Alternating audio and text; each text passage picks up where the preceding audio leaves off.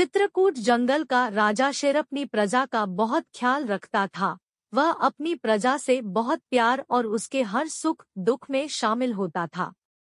प्रजा भी ऐसा राजा पाकर बहुत खुश थी। जंगल का राजा शेर काफी दिनों से अपने आप को थका थका सा महसूस कर रहा था। वह कुछ दिनों के लिए सब काम धाम छोड़कर आराम करना चाहता था, परंतु वह ऐसा नहीं कर पा रहा था। उसे अपनी प्रजा का ध्यान आ जाता था। वह मन ही मन सोचता कि उसके पीछे उसकी प्यारी प्रजा की देखभाल करने वाला कोई नहीं है। तभी उसके मन में विचार आया। शेर ने जंगल में ऐलान करवा दिया कि जो कोई भी प्रजा राजा शेर की शर्तों पर खड़ा उतरेगा उसे कुछ दिनों के लिए राजा का उत्तराधिकारी घोषित किया जाएगा और जंगल का राजा बना दिया जाएगा।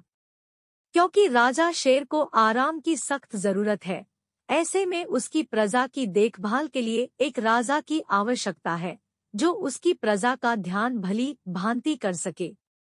चित्रकूट जंगल की प्रजा राजा बनने के लिए अपना अपना भाग्य आजमाने शेर राजा के पास जाते, परंतु कोई भी प्रजा राजा को संतुष्ट नहीं कर पाए। राजा बहुत चिंतित हो गया।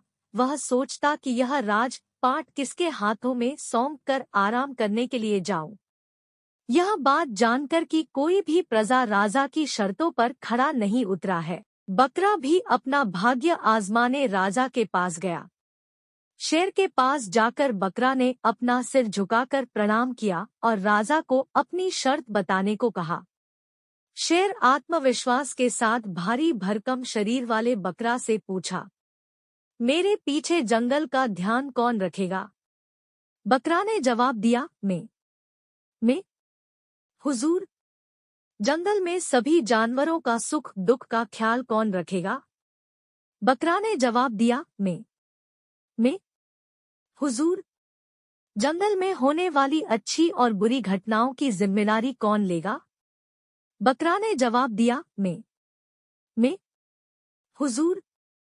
शेर बहुत खुश हो गया। आखिरकार शेर को अपना उत्तराधिकारी मिल गया था। शेर ने बकरा को राजा घोषित कर दिया और स्वयं कुछ दिनों के लिए आराम करने के लिए अपनी गुफा में चला गया। इधर बकरा भी राजा बनकर बहुत खुश हो गया और अपने आप को सराहने लगा। बकरा खुद को जंगल का राजा पाकर घमंडी हो गया था। वह जंगल की प्रजा का जरा सा भी ध्यान नहीं रखता था, बल्कि सभी प्रजाओं को अपनी सेवा में हमेशा हाजिर रहने के लिए कहता था। अगर ऐसा कोई प्रजा नहीं करता तो वह उसे दंड भी देता था। बकरा राजा जंगल का भी ध्यान नहीं रखता था। वह प्रजा का दोहक भी नहीं सुनता था। पूरी प्रजा बकरा राजा को पाकर बहुत दुखी थी। चित्रकूट जंगल की प्रजा अब अपने राजा शेर का जल्दी से जल्दी आने के लिए प्रार्थना करने लगे। उधर शेर आराम पाकर स्वयं को तरोताजा महसूस करने लगा। वह अपने जंगल जाने का विचार कर जंगल की तरफ मुड़ गया। जंगल जाकर शेर ने देखा कि उसकी प्रजा दुखी है। जिधर जाता उधर अशांति और मायूसी छाई हुई थी। शेर तुरंत बकरा राजा के पास गया और बोला, तुमने राजा होने का उत्तरदायित्व पूरा नहीं किया है। तुमने अपने अधिकारों का सही उपयोग नहीं किया है, इसकी तुम्हें सजा मिलेगी।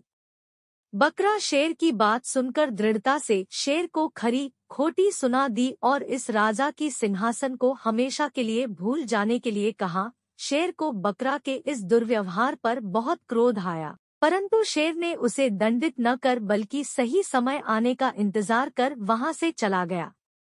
दूसरी ओर जब भेड़ियों को जब इस बात का पता चला कि जंगल का राजा बकरा बन बैठा है, तो उसने तुरंत जंगल पर आक्रमण कर दिया। भेड़ियों के आक्रमण होने से जंगल की प्रजा भागते हुए बकरा राजा के पास आए अपने प्राणों की रक्षा के लिए, लेकिन बकरा राजा ने मदद करने से साफ इनकार कर दिया और कहा, अपने प्राणों की रक्षा खुद करो। बकरा स्वयं भी बहुत डरा सहमा था।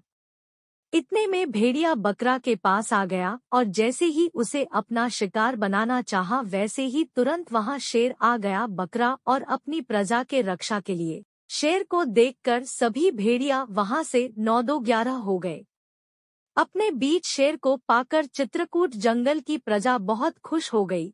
बकरा अपने द्वारा किए गए शेर के साथ दुर्व्यवहार पर बहुत शर्मिंदा हुआ और इसके लिए माफी भी मांगी। राजा शेर ने भी अपनी उदारता दिखाते हुए बकरा को माफ कर दिया।